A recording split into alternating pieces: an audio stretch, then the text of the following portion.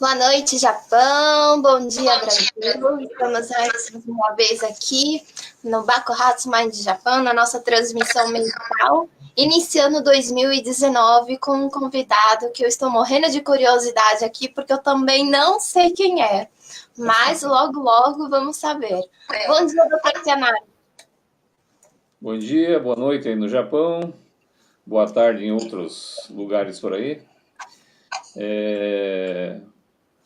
Estamos fazendo história, né? Na verdade, nós estávamos conversando aqui em off antes, iniciamos esse projeto em 2017, ele ainda está tomando forma, tudo bem, né? Mas de uma forma, como resultado, eu acredito que nós já conseguimos bastante coisa.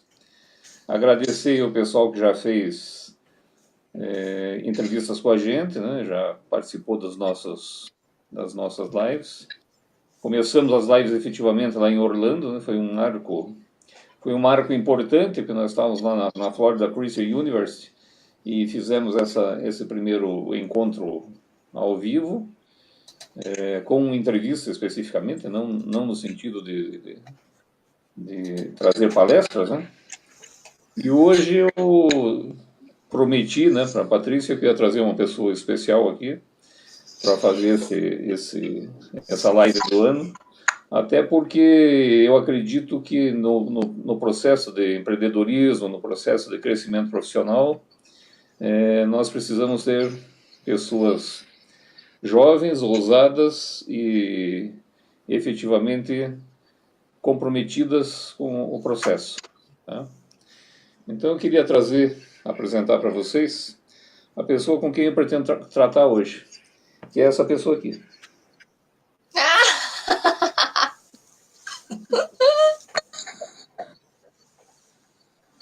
Olha só, me pegou de surpresa mesmo.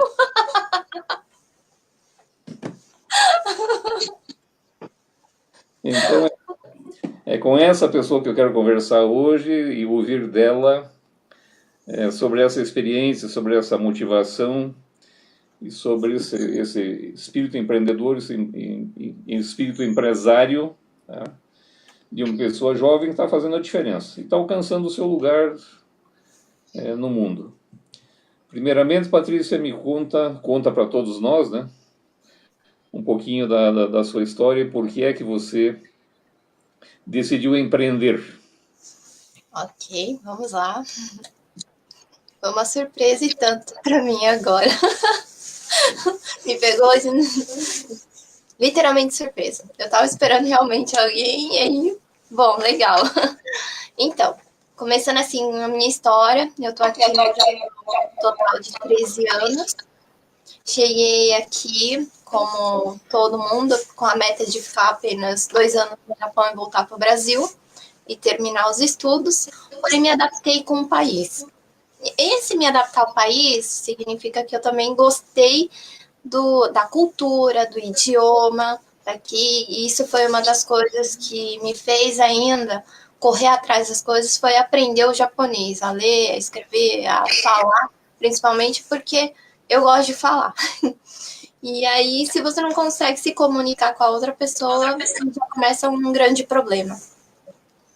E a partir disso, percebendo quando eu consegui aprender o idioma japonês, ainda estou aprendendo muitas coisas, não me considero 100%, mas percebi nisso uma oportunidade de também estar ajudando outras pessoas que precisam de tradução, precisam de um acompanhamento e utilizando isso para iniciar a minha carreira aqui no Japão até então como tradutora. Esse foi o meu primeiro start aqui, podemos dizer. E a partir disso foi surgindo a ideia de por que trabalhar para uma empresa se eu posso trabalhar sozinha. E depois disso, aquela vontade de querer fazer alguma coisa, mas ainda não saber o que exatamente fazer. E aí eu ficava meio perdida.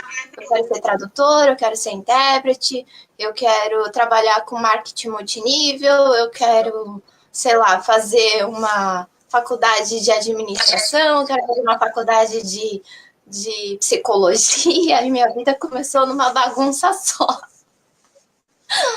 E é normal, E foi num né? curso. Isso foi o quê? Uns 3, 4, peraí, 2015. Quando que o Dr. Pianaro esteve aqui? 2015? 2015. 2015, né? Dezembro de 2015. 2014, foi na verdade, em 2013, teve assim, eu falo que uma separação de águas na minha vida, né? Onde muitas coisas. E aí eu resolvi, bom, na fábrica eu não quero ficar, né? Então eu preciso tomar um rumo. Foi aí que eu descobri sobre o coaching. Que, aí eu falei, mas o que é isso? O que significa esse negócio de coach? O que é ser coach? O que é passar pelo processo de coach na minha vida?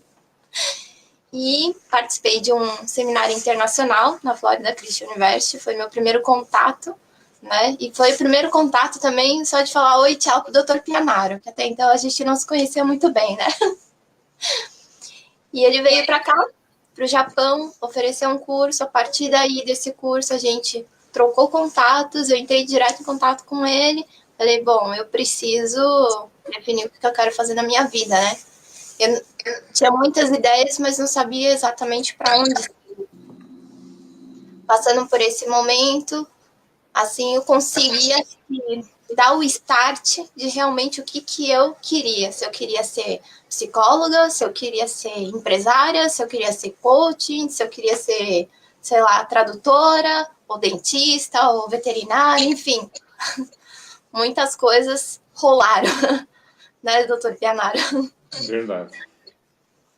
Me diga, você fez uma introdução bem interessante. E uma das coisas que me chama a atenção é o fato de que você não se jogou nas cordas quando chegou aí, né, e foi aprender o japonês. Né? Foi aprender não só no sentido de aprender a falar, se comunicar, etc., mas no sentido de poder escrever.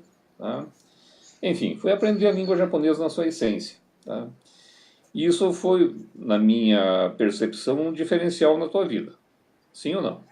Sim, literalmente, em todos os sentidos, assim, até para abrir as portas aqui, para, vamos supor, que eu não quisesse ser empresária, mas quisesse trabalhar em um órgão público ou em qualquer outra empresa, hoje o japonês ele é essencial. Não somente o falar, mas você saber o ler e o escrever, que é o mais difícil, na verdade, né? Aqui no Japão, porque são 3 tipos de escrita: tem o hiragana, tem o katakana e tem o kanji. E aonde todo mundo mais tem problemas aqui, inclusive até os próprios japoneses, é com o kanji. Porque são infinitos, são não sei quantos mil kanjis que tem para se estudar, né? E eu mesmo, tem muito kanji que eu olho assim, eu não sei o que significa, eu tenho que correr, buscar no dicionário, tentar entender, porque ele sozinho é um significado, ele em conjunto tem outro, você lê de outra maneira, pronuncia de outra forma, e por aí vai. E tudo isso tem toda uma tradição atrás da escrita, tem toda uma cerimônia, digamos assim. Esse kanji você vai usar quando for escrever uma carta mais assim oficial. Esse aqui você escreve para amigos. Ou então você não usa esse tipo de escrita no kanji, você usa em hiragana, você usa em katakana. E até eu absorver tudo isso na minha cabeça, eu levei pelo menos 2 anos para começar a entender a escrita japonesa. Nesse sentido, quando eu devo usar tal alfabeto, e o que quer dizer esses dois caracteres juntos, né?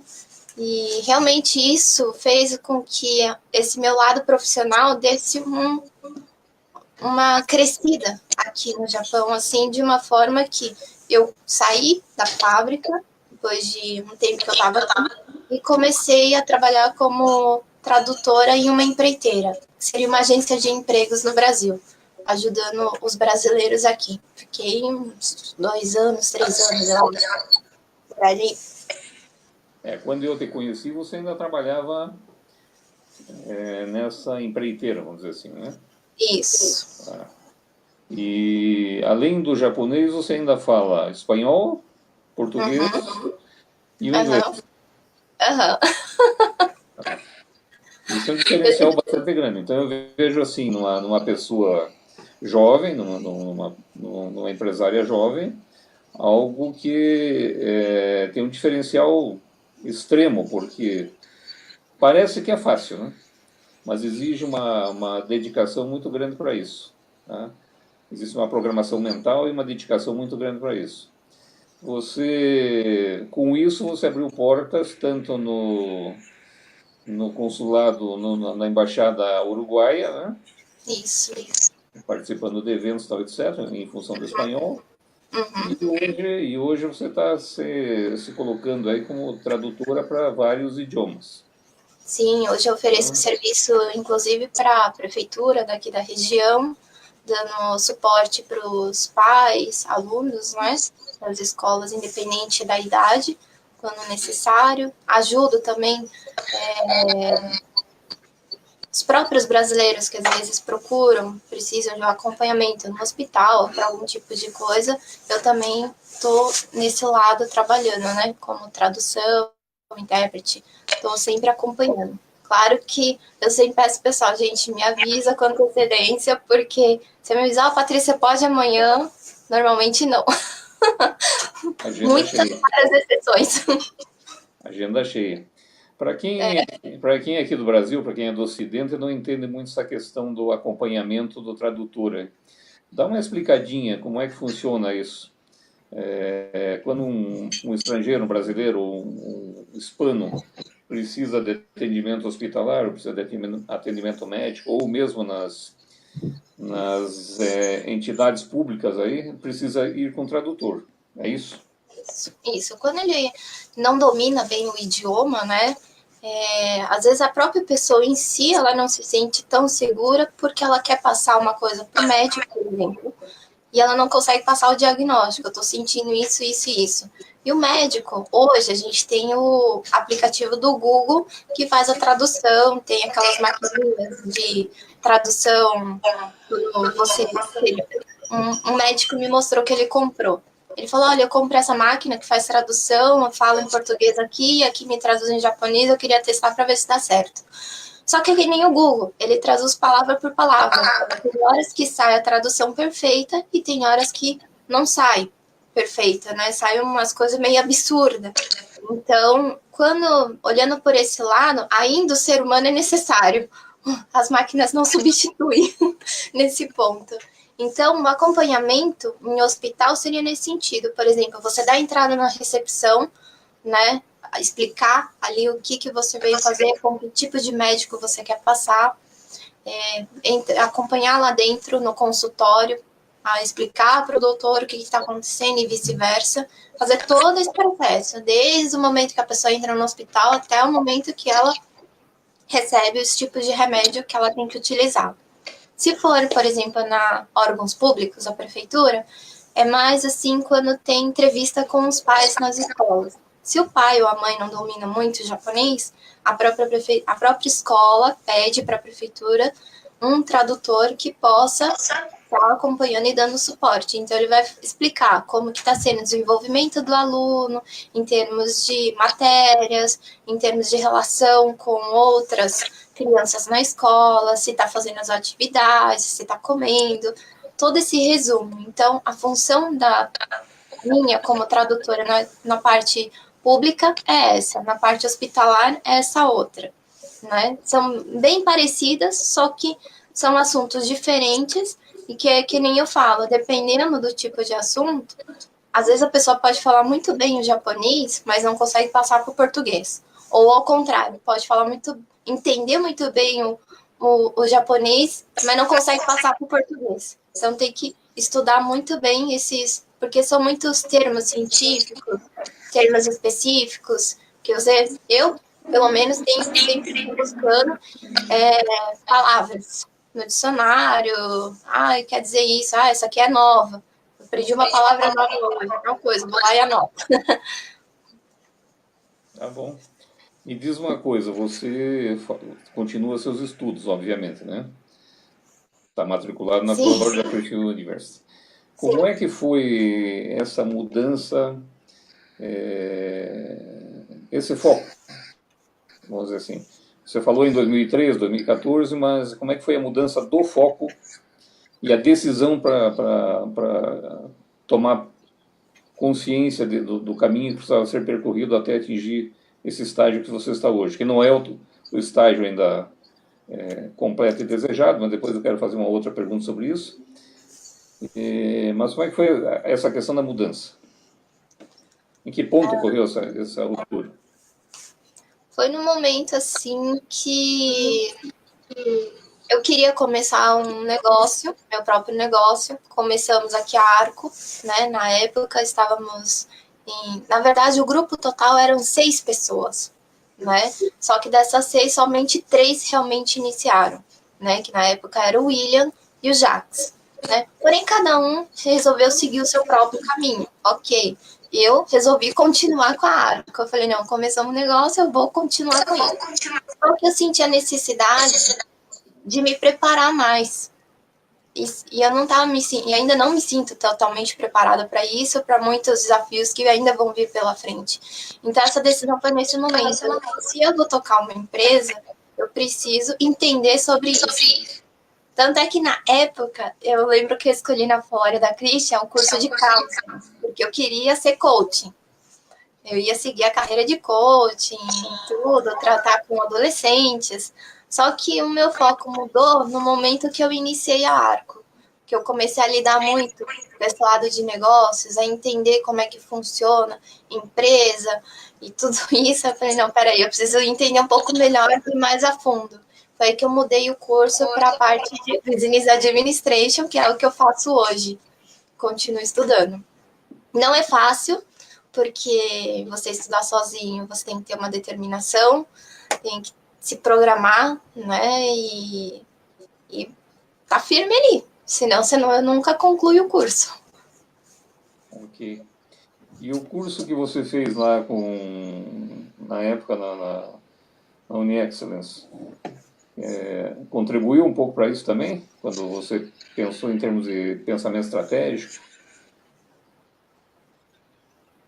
Sim, sim, porque quando na época a Sandra, né, me convidou para participar da UniExcellence, foi logo depois que a gente voltou isso foi em final de 2014, início, ou foi em 2015, não me lembro. Acho que foi em 2015. Depois da Interbusiness que eu participei, eu já voltei, na verdade, com a ideia de fazer, melhorar esse meu lado, desenvolver, crescer como pessoa, como profissional, né? E ela falou, olha, Patrícia, eu tô abrindo esse projeto, a empresa, a Unexcelência, me explicou como funcionava, que é um desenvolvimento para crescimento e desenvolvimento pessoal. Eu falei, olha, legal, porque aqui no Japão você não encontra muitos cursos, né?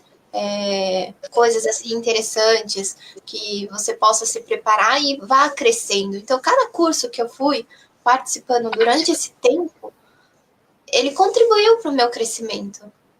O primeiro, eu me lembro, foi com o Wilson, depois foi com o Dr. Pianaro, sobre planejamento e estratégia na acupuntura organizacional, e aí foi passando. E cada um desses palestrantes que foram passando e que eu fui participando dos cursos, isso foi crescendo dentro de mim ainda mais o querer de melhorar o meu lado profissional.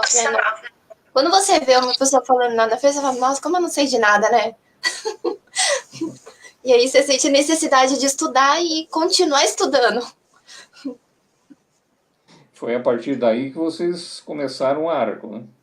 Sim, sim. A Arco começou quando teve um curso sobre, acho que mente milionária, aqui no Japão, empreendedorismo, alguma coisa assim, não me lembro agora do curso, foi com o Marcos Jacober.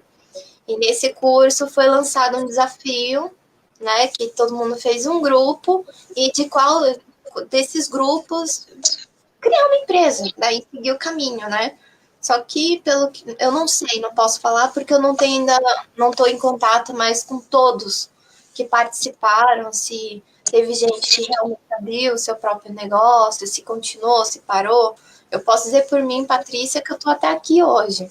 Comecei isso no projeto da Arco foi em maio de 2016 que iniciamos, né? Até chegar aqui hoje. E vem passando por direto. Foi antes ou depois do processo de coaching? Foi depois, bem depois.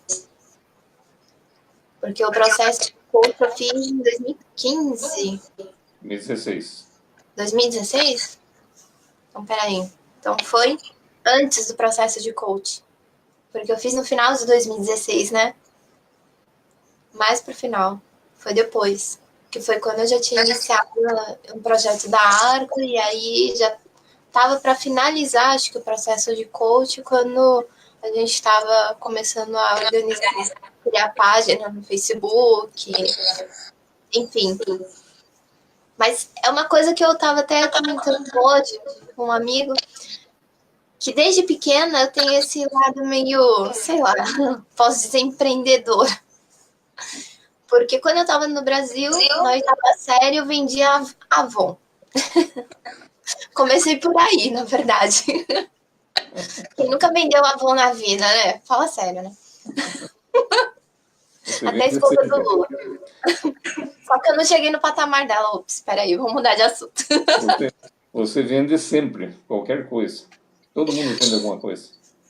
Exatamente. Mas quais foram aí, então? Eu me lembro que nós começamos a conversar e eu tive o privilégio de ser convidado e ajudar você em algumas ações aí da Arco, quando estavam os três ainda, depois saiu o William, e depois acabou saindo o Jackson, já depois do primeiro Bakuhatsu, né? Até o primeiro ficaram praticamente os três, isso Isso. em final de 2017, né, outubro de 2017. E depois, imediatamente após, o Jackson acabou saindo. Isso.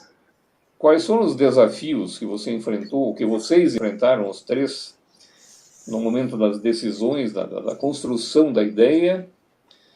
E, na tua opinião, quais foram desses desafios, quais foram os que mais impactaram na saída deles? Bom, o primeiro desafio era a gente conseguir conectar as três ideias ao mesmo tempo. Porque são três pessoas, três maneiras diferentes. É tirar, eu tenho a minha ideia, eles tinham a deles, e conseguir, assim, juntar. Eu acho que esse foi o primeiro desafio para a gente. O segundo foi criar a missão da empresa. Isso, a gente se reuniu e levamos, acho que um dia inteiro pensando, não conseguimos finalizar, continuamos mais uma semana, porque... E no fim, levamos, acho que 2 semanas. Esse foi um dos primeiros desafios que eu lembro que a gente demorou bastante tempo. Depois a parte do nome, né? Como que a gente ia chamar, o porquê que ela chama arco, tem um significado, não foi simplesmente, vamos pôr qualquer coisa que vem na cabeça. Tipo um Steve Jobs que vê uma maçã e vai chamar Apple. Explicando o nome da empresa, arco, que vem realmente da palavra arco e flecha, né? Então, esse é o significado que pra gente, na época, o nome arco significava um instrumento na mão das empresas. Então, nós somos o arco dessas empresas para onde elas querem ser lançadas. Esse é o significado. Depois da saída dele, bom, você se sente um pouco solitária, né, na verdade, né? Mas, como que eu vou dizer? Fazem falta, porque são meus amigos, gosto muito deles, né? Mas cada um tem o seu caminho, tem a sua meta, e eu decidi continuar com a Arco, continuar meu caminho aqui. Então, não posso dizer que foi um desafio muito grande, né? Eu não senti, assim, aquela coisa, nossa, eu tô perdida, não sei o que fazer. Não, eu tenho um sonho, um foco, eu sei até onde eu quero chegar com a Arco e o que eu quero fazer com a Arco. Então, independente disso, isso não me afetou nesse lado, porque eu sabia para onde eu queria ir, que eu queria continuar, que eu queria prosseguir, né? Então, claro que toda saída bala no início, isso é fato, né? Mas não me deixei levar por isso. É uma coisa que a gente sempre fala em palestras e orienta que as pessoas podem nos deixar a partir de um determinado momento, né? Então a empresa tem que estar preparada para isso. Por isso que a concentração de conhecimento ou a concentração de decisão não pode ficar somente em uma ou duas pessoas, porque essas pessoas eventualmente podem nos deixar de várias formas. tá? Mas eu lembro bem que você, a partir do momento da saída deles, você repensou um pouco mais a Arco e começou a aceitar alguns trabalhos em outras áreas. Como esses trabalhos hoje impactam na questão da Arco, ou quais são suas prioridades hoje Sim. em relação a essa mudança que aconteceu no perfil da Arco, já que você assumiu sozinha e teve uma modificação, inclusive um ajuste de modelo mental, de modelo estratégico dentro da empresa. Bom, a partir do momento em que você se torna sozinho, que nem é o meu caso, eu penso que a empresa, já que eu tô sozinha, ela tem que parecer comigo nesse momento, para que as pessoas entendam quem é a Arco, quem está por trás da Arco.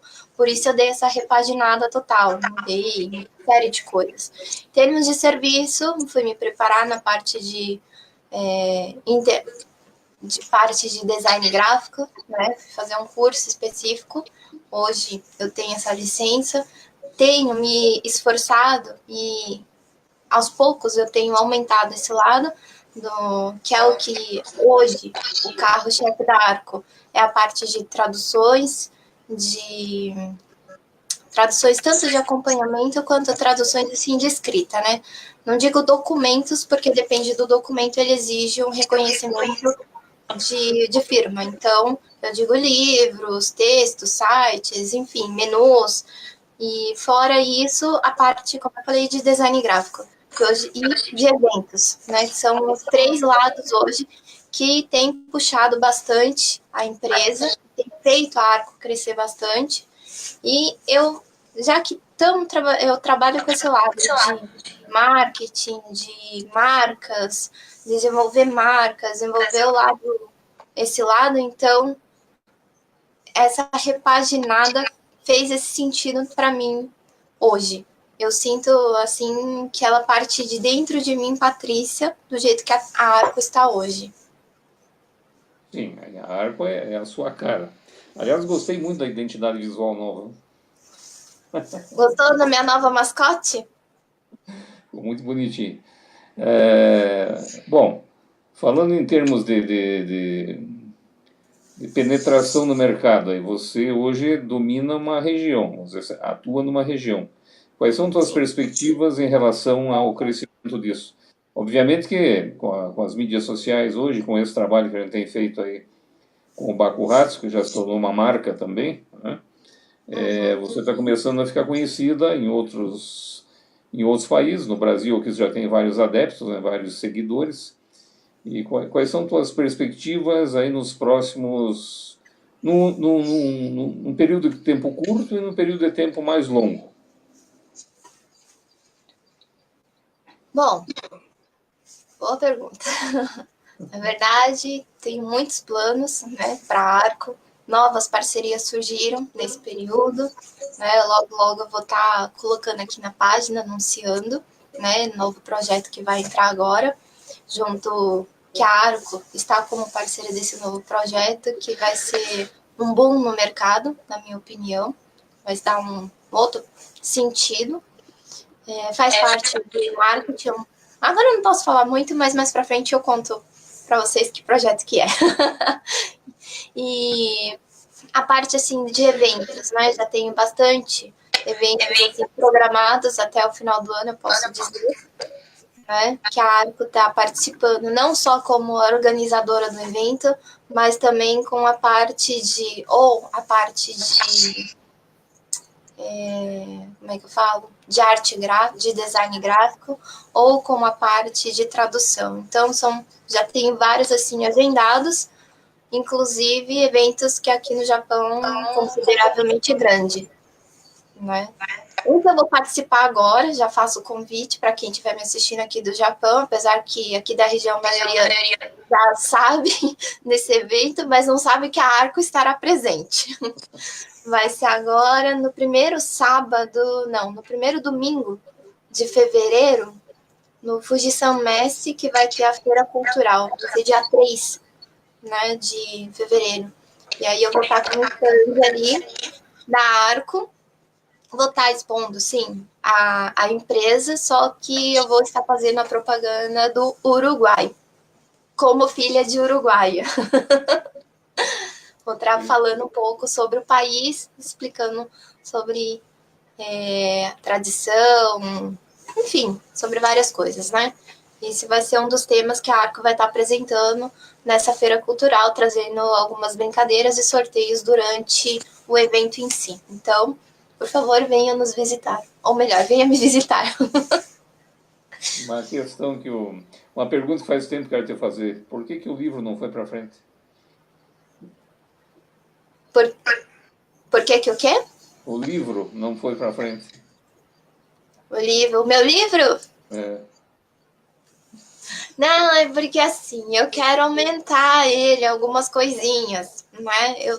Toda vez que eu penso em lançar, eu olho para ele e falei, não, eu preciso aumentar, ficar aqui. Aí eu começo a ler um outro livro, e aí aquele livro me inspira a escrever mais coisas. Aí eu vou subindo naquele outro, e aí toda hora eu tô atualizando, e no fim nunca lanço ele. Mas tá pronto, né? Só que eu ainda não registrei por esse fato, porque eu não considero ele terminado. Ok. Me diz uma coisa, né? Nesse processo de parcerias que você está fazendo aí, são parcerias complementares, é isso? Você não Sim. vai sobrepor negócio. Não, não, não. Não, são complementares. Ok. E parcerias no Brasil? Por enquanto, eu só tenho um que está me entrevistando nesse momento. Mas sabe que eu já te convidei, né, para fazer um projeto aqui no Brasil, trazer o Bacurraço para cá, né? Isso já passou pela tua cabeça, não? Não, eu não me esqueci desse projeto. Não me esqueci. Não. Até porque nós temos uma comunidade japonesa bastante grande aqui, né, principalmente no Paraná e São Paulo, e esse projeto certamente traria interesse para esse povo todo aí. Ok. Em relação. Eu tinha separado umas perguntas aqui. Em relação ao processo de crescimento nessa parte. Fala um pouco aí do teu convite para ser tradutora na Olimpíada. Ah, foi assim, inesperado, na verdade, né? Eu participei desse campeonato que teve agora, né?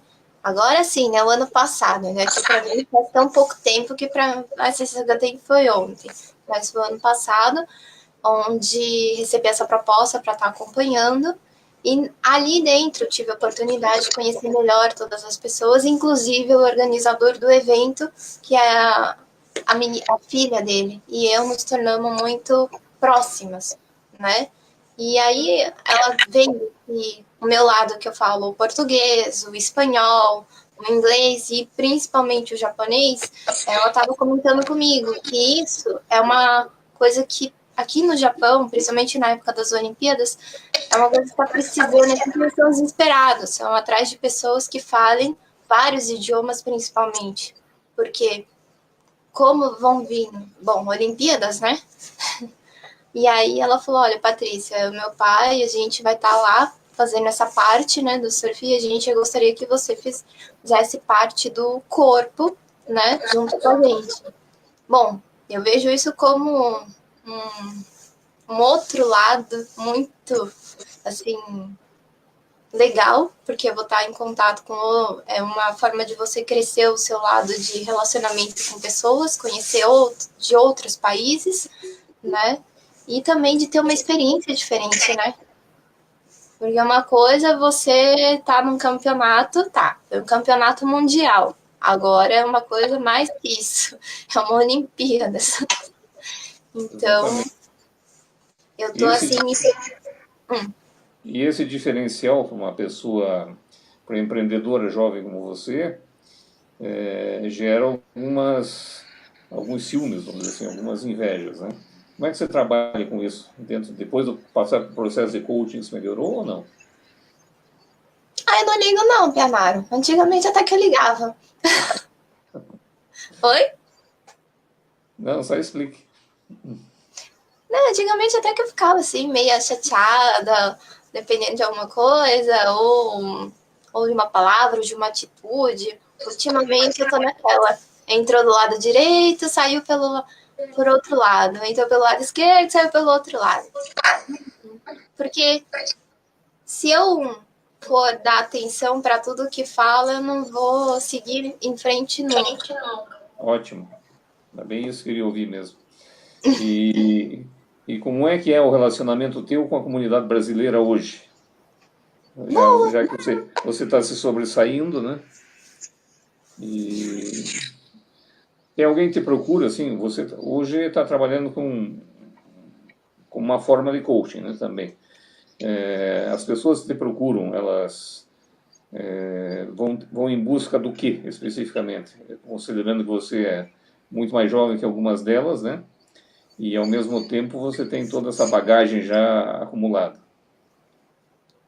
Bom, no geral, assim que o pessoal me procura, às vezes é para uma consulta, se eu, vamos supor, em relação a algum tipo de documentação, ou, por exemplo, se precisa de consulta em algum tipo de clínica em particular, se eu conheço, se eu posso ajudar, ou de algum processo, um trâmite na prefeitura, que a pessoa não tem conhecimento, ou até mesmo em relação à empresa, né? Olha, eu tô pensando em abrir meu próprio negócio, tal. Você sabe onde eu posso me consultar para legalizar a minha empresa? Ou é muito caro para fazer isso?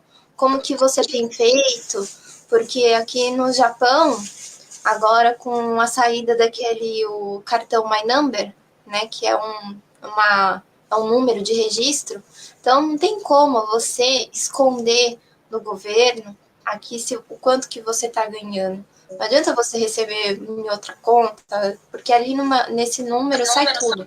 Nesse, se você fez até coisa errada, tem tudo registrado ali, né? Então, às vezes a pessoa quer deixar, né? Eu vou deixar isso para mais para frente. Só que o governo aqui, nesse ponto, eles estão muito rígidos, né? Eles fazem, entre aspas, vista grossa, né? E vai deixando a pessoa. Só que um belo dia ele pode vir ali na toque-toque na porta, né? Receita Federal ali, aí o problema é bem sério, né?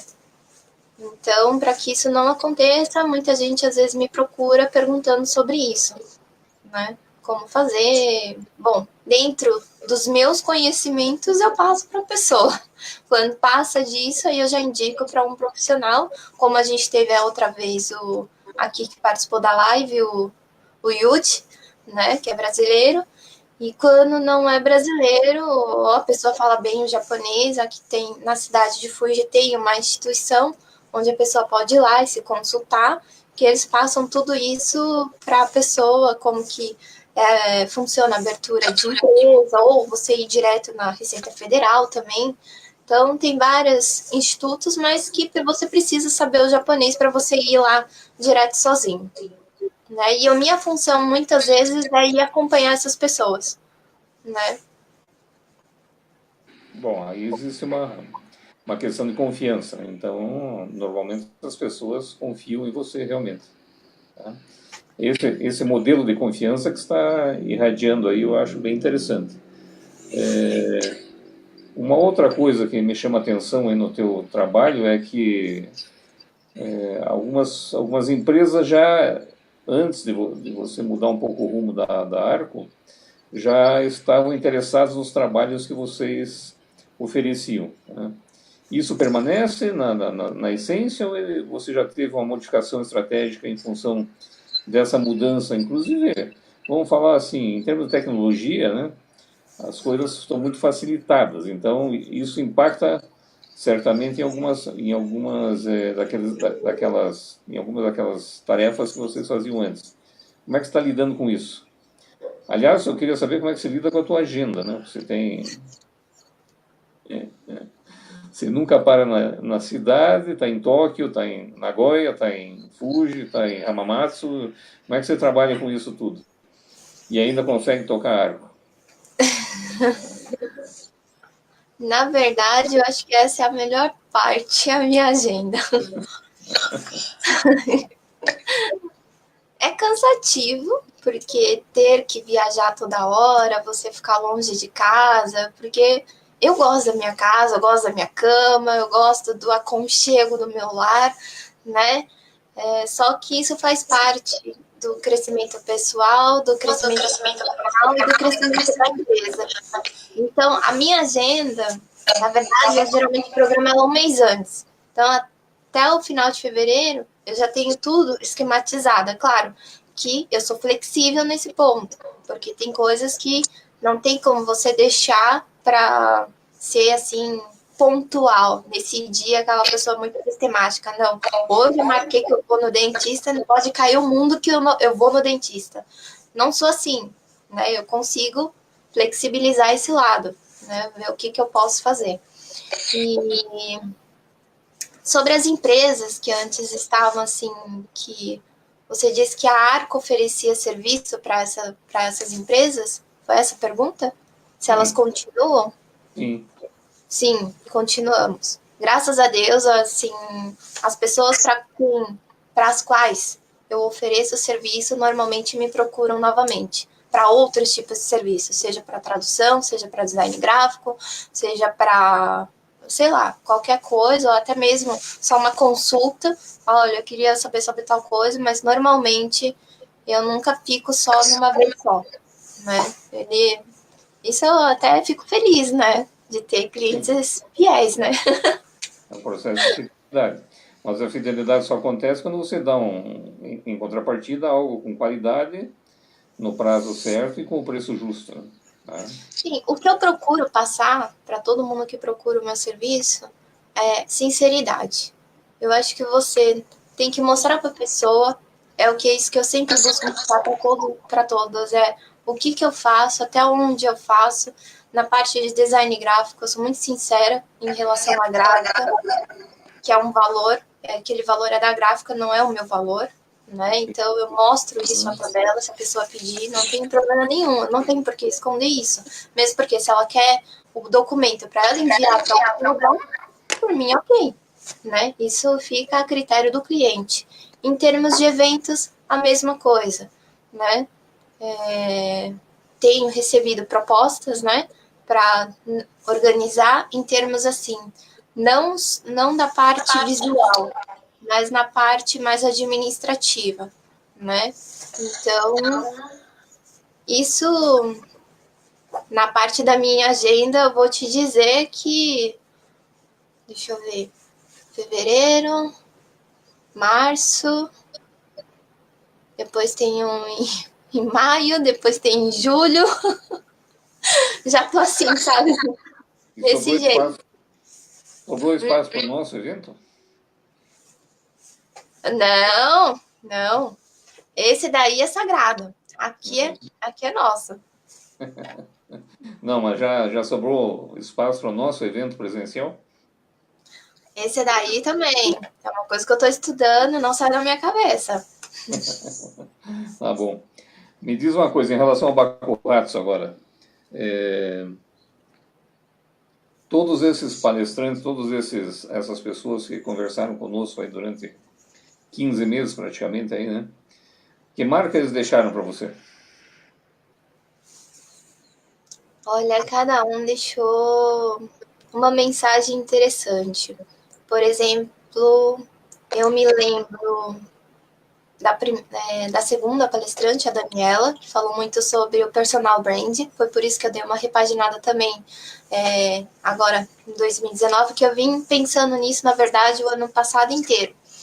Né? Como deixar ela mais parecida comigo, né? Mostrar não só aquele lado corporativo, muito empresa, como se fosse uma máquina atrás trabalhando, mas mostrar o lado Patrícia, né? Então isso foi uma coisa assim que me impactou bastante e, e que eu venho assim, estou buscando assim cada vez mais trabalhar esse lado, a parte de personal brand. Teve ali a parte da história dela como empreendedora também, né? O fato dela conseguir também organizar a agenda dela sendo mãe. Não deve ser fácil. Isso me faz também pensar no meu futuro. É uma das perguntas. Já estou respondendo antecipadamente, então. E daqueles momentos iniciais que nós tivemos com o Cláudio Diogo, Ana Artigas, Ana Jara, a própria Lilian aí do Japão também, empreendedora, né? Sim, sim, na verdade, todos eles, a parte do Cláudio Diogo falando sobre a parte de vendas, né? Marketing em si, a Ana Artigas com a inteligência relacional, porque se você não tem isso, na verdade, você não tem como se relacionar com ninguém, independente se você é empresário ou se você é funcionário, né? Acho que todo mundo teria que passar por entender o que significa isso. Né? E aqui no Japão eu vejo isso também um ponto muito falho, né? Muito, como que eu posso usar? Eles são muito tradicional. Só que o tradicional deles, legal que eles têm essa cultura forte dentro deles, mas já tá indo muito pro lado medieval, não tá modernizando. Ah, porque assim eu aprendi, sei lá, na minha época do meu tataravô, quando eu era samurai lá, 1.200 anos atrás. Então, eles mantêm essa tradição até hoje. As coisas mudam, o mundo muda, e tem mudado cada vez mais, né? Mas, enfim, é a cultura, é o país, a gente tem que respeitar nesse sentido, entender, e é bonito, né? Você tem percebido, essa é uma pergunta fora do contexto, mas você tem percebido uma mudança cultural, uma mudança de mindset, de pensamento dos jovens japoneses, no sentido Sim, de procurar melhorar isso? sim, sim. Tanto é que muitos jovens japoneses hoje estão indo para fora do país estudar, né? E eles voltam para cá com novas ideias e eu vejo que até o próprio Japão incentiva isso, porque é uma forma do próprio jovem dele crescer, em ter contato e abrir a mente dele e nesse lado criativo, ter contatos, conhecer lá fora como é que funciona e trazer novidades para o país e ajudar no desenvolvimento do país. Então, sim, é um lado que tem mudado bastante. Por exemplo, vamos dizer, relacionamento entre casais. Aqui, antigamente, era muito difícil você ver casal de japoneses andarem de mãos dadas, abraçados, né? Hoje já está se tornando, pelo menos para os jovens, aqui uma coisa mais normal, né? Ou pelo menos casalzinho de namoradinho, estão andando de mão dada, ou então estão andando de braço dado, então já se tornou uma coisa mais normal de se ver o que, se você for ver antigamente, já não. Eu não cheguei nessa época aqui, por exemplo, de quando começou a vir os decassegues aqui no Japão. Eu escuto histórias do pessoal que esteve aqui nessa época, que era uma coisa que o Japão está muito modernizado, está super diferente, né? Nesse sentido. E, inclusive, hoje, as lojas aqui de celular, muitos departamentos tipo de shopping, tem tradutoras. Está aumentando. Então, você vê que eles estão melhorando, mesmo porque tem o fato que a mão de obra japonesa aqui está ficando. Está chegando um momento que só Escassa. tem. Exatamente, está escassa. Tem muito idosos, poucos jovens, então eles dependem dos estrangeiros para poder movimentar o país. Então, a forma de suprir esse lado é o quê? Colocando tradutores, pessoas que falem pelo menos 2 idiomas, né? Em pontos chaves, né? Isso é bacana, né? E foi uma dificuldade que eu percebi quando eu estive em 2015. E aquela ideia pré-concebida que a gente sai daqui que todo japonês fala inglês é uma bobagem. Eu tive muita dificuldade em alguns lugares aí porque ninguém entendia nada de inglês, absolutamente nada. Então, tinha Mesmo que em Tóquio, procurar. Normalmente eu me socorri em policiais. Os policiais normalmente arranhavam pelo menos o inglês, né? E a gente conseguia se orientar. Mas é uma situação realmente que me chamou a atenção, né? Me quebrou um paradigma de que me falavam que não, lá no Japão todo mundo fala inglês, né? E não era verdade. Bom, deixa eu ver o tempo, ainda temos alguns minutos. Vida pessoal. Aí no Japão você é uma estrangeira, né? Como é que você é tratada pela estrutura oficial do Japão? Eu não posso reclamar, sabe, Pianaro, porque eu nunca passei por situações assim de ser maltratada. Claro, tive, no geral, assim, falando, tive algumas vezes, né, que eu fiquei meio revoltada aqui com os japoneses na forma do tratamento por eu ser estrangeira, mas isso já tem uns anos atrás, quando eu fui fazer um trabalho de freelance num restaurante de sushi.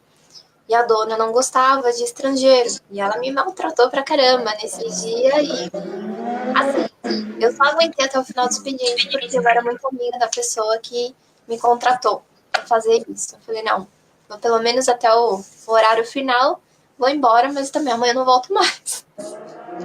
O suficiente. Então, na verdade, foi o pior momento da minha vida. Se a pior situação que eu passei foi a forma Não como que falava. essa senhora me Ai- tratou. Ainda não falava japonês fluente. Não, falava. Já Ah, falava. Já falava. Por incrível que pareça, na época que eu não falava japonês, eu não tive, assim, pessoas que me maltratassem mal, ou japoneses que fizessem algum tipo de preconceito, mesmo porque eu entrei numa fábrica aqui de autopeças, onde a maior parte eram japoneses, e no início haviam apenas duas brasileiras, e depois foi aumentando o número de brasileiras lá.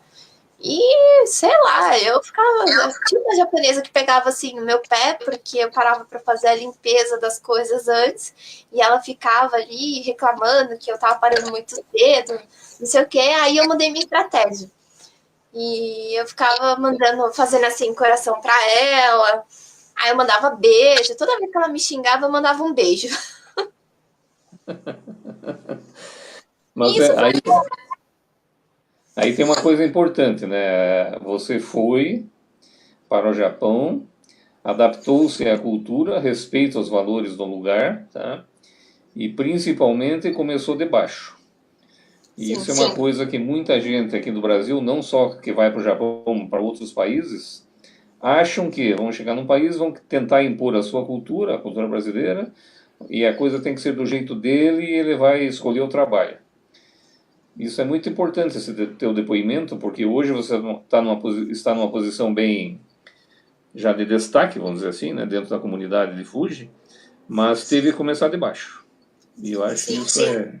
isso é valoroso e é importantíssimo para quem quiser realmente ir para outro país e se colocar nesse país como cidadão. Né? Eu acho isso fantástico. Parabéns, né?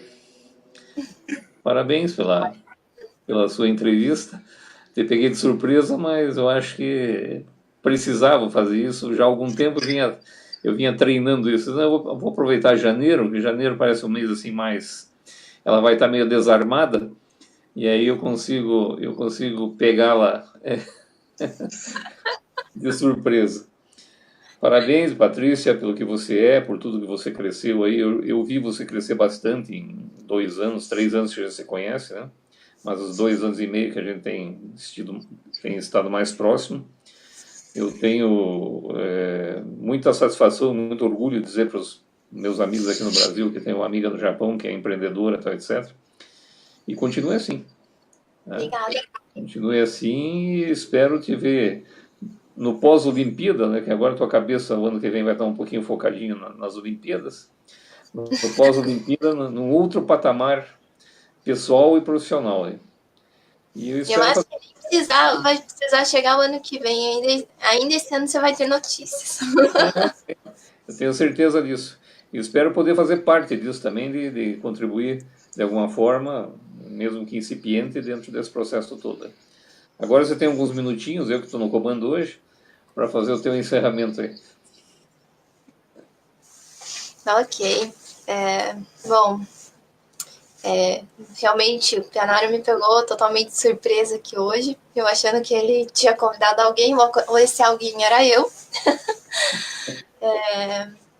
Obrigada, né, Pianara, pela entrevista hoje. Realmente a Arco hoje, ela mudou do que ela iniciou para o que ela está hoje e para o que ela será futuramente. Ainda muita coisa vai mudar, né, vem mudando. E tem muitos projetos ainda que logo, logo eu vou estar anunciando aqui na página.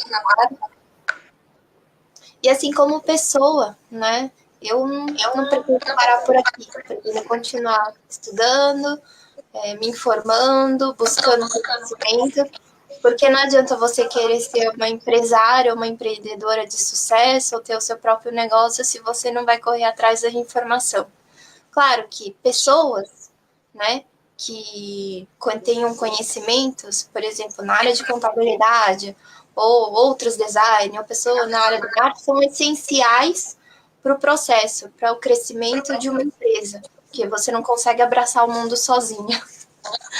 Né? Então, esse é o meu foco, aumentar esse lado esse ano da Arco, né? Trabalhar mais na parte de eventos e estar disponível aí e para novos projetos também. E outro que esse era para ter sido realizado ano passado, em 2018, né, Pianara? Um presencial aqui. E vamos batalhar para, quer dizer, eu vou batalhar esse ano para trazer o presencial da Arco para cá. Tá bom. Obrigado, então. Um grande beijo, um grande abraço. Um abraço no pai e na mãe. Eles deviam estar atentos aí, né? Acho que foi um pego surpresa também, né? Pois é. Tá bom. Em fevereiro, no dia 15, né? Não, Acho que 15 é. não, 16 um novo Isso. encontro. Isso. Novo Na encontro sequência, 16. o nosso rato aí. Isso. E aí a gente anuncia quem será o nosso próximo. Não, O próximo. agora não vai ter surpresa. Ah, agora eu já fui, né? 2 vezes, só daqui um tempo para frente. Tá bom. Fique bem aí. Tá bom. Boa noite, pessoal do Japão. Bom dia, pessoal do Brasil. Obrigada por estarem participando aqui do Baco. Obrigada, Pianaro, como sempre. E nos vemos aqui de novo em fevereiro. Tá bom. Um abraço. Abraço. Tchau.